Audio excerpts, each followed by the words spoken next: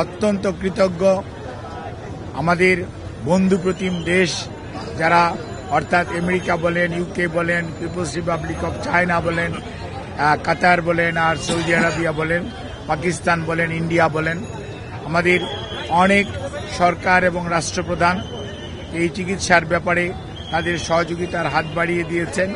আমরা এই সংকটময় মুহূর্তে আপনাদের মাধ্যমে দেশবাসীর কাছে ওনার সুস্থতার জন্য দোয়া চাই এবং আল্লাহ রাব্বুল আলামিন যাতে দেশবাসীর দোয়া, সারা পৃথিবীর অনেক মানুষের ওনার প্রতি ভালোবাসা এবং দোয়ার কারণেই হয়তোবা উনি এই যাত্রায় সুস্থ হয়ে উঠবেন বলে আমরা আশা করি।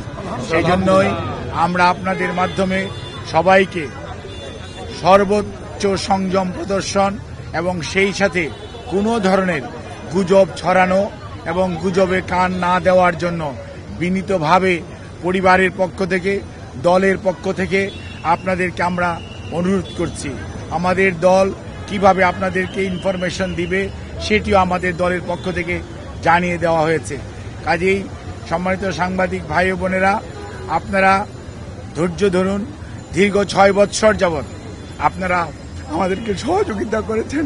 ইনশাআল্লাহ আমরা এই যাত্রাও আপনাদের ভালোবাসা, আপনাদের সহযোগিতা এবং আল্লাহ রাব্বুল আলামিনের অশেষ মেহেরবানিতে আমরা আবারও আমাদের প্রাণপ্রিয় নেত্রী, দেশনেত্রী বেগম খালেদা জিয়াকে আজকে দেশের মানুষের যে অকৃত্রিম ভালোবাসার প্রতীক সেটি আজকে প্রমাণিত।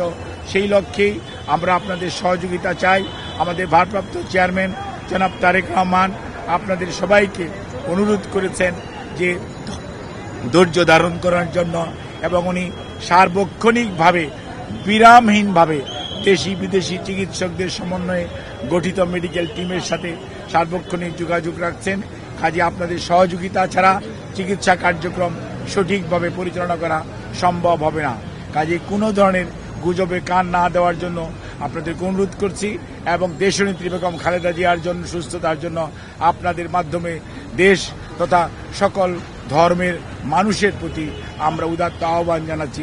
আপনাদের সবাইকে অনেক অনেক ধন্যবাদ। একটা প্রশ্ন ছিল, যেটা হচ্ছে আপনি গুজবের কথা বললেন, সঠিক তথ্যটা না আসার কারণে যে যেভাবে পাচ্ছে সংবাদ পরিবেশন করছে এবং সামাজিক যোগাযোগ মাধ্যমেও তথ্য ছড়াচ্ছে। খালেদা জিয়ার এখনকার যে শারীরিক অবস্থা, উনি কি ওইখান থেকে উন্নতির দিকে গেছেন বা বিদেশে যাওয়ার মতো শারীরিক কন্ডিশন তার আছে কিনা একটু পরিষ্কার করবেন। আমাদের দলের পক্ষ থেকে জানানো হয়েছে, আমাদের দলের সিনিয়র যুগ্ম স্বাস্থ্য ব্যতীত অন্যান্য বিষয়ে আপনাদেরকে মাঝে মাঝে ব্রিফ করবেন। দলের একজন কর্মী, আমি আপনাদেরকে ওনার স্বাস্থ্য নিয়ে ব্রিফ করব। এর বাইরে আপনারা অন্য কারো ব্রিফিং এর প্রতি কোনো ধরনের কান না দেওয়ার জন্য দল আপনাদেরকে অনুরোধ করেছে। আপনারা যদি এটা মানেন, ফলো করেন, তাহলে আর কোনো গুজবের ছড়ানোর সুযোগ থাকে না। দেশের বাইরে নেওয়ার জন্য যে কথাটি আমি পূর্বেও বলেছি, মেডিকেল বোর্ডের সদস্যরা ওনাকে দেখেছেন। আজকেও ইউকে থেকে ওনাকে দেখার জন্য বিশেষজ্ঞ আসবেন এবং ওনারা দেখবেন।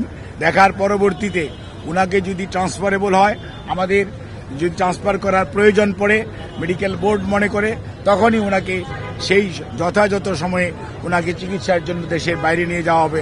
আমাদের সকল প্রস্তুতি আছে, কিন্তু সর্বোচ্চটা মনে রাখতে হবে যে রোগীর বর্তমান অবস্থা এবং সর্বোপরি মেডিকেল বোর্ডের পরামর্শের বাইরে কোনো কিছু করার সুযোগ এই মুহূর্তে আমাদের নেই। ধন্যবাদ।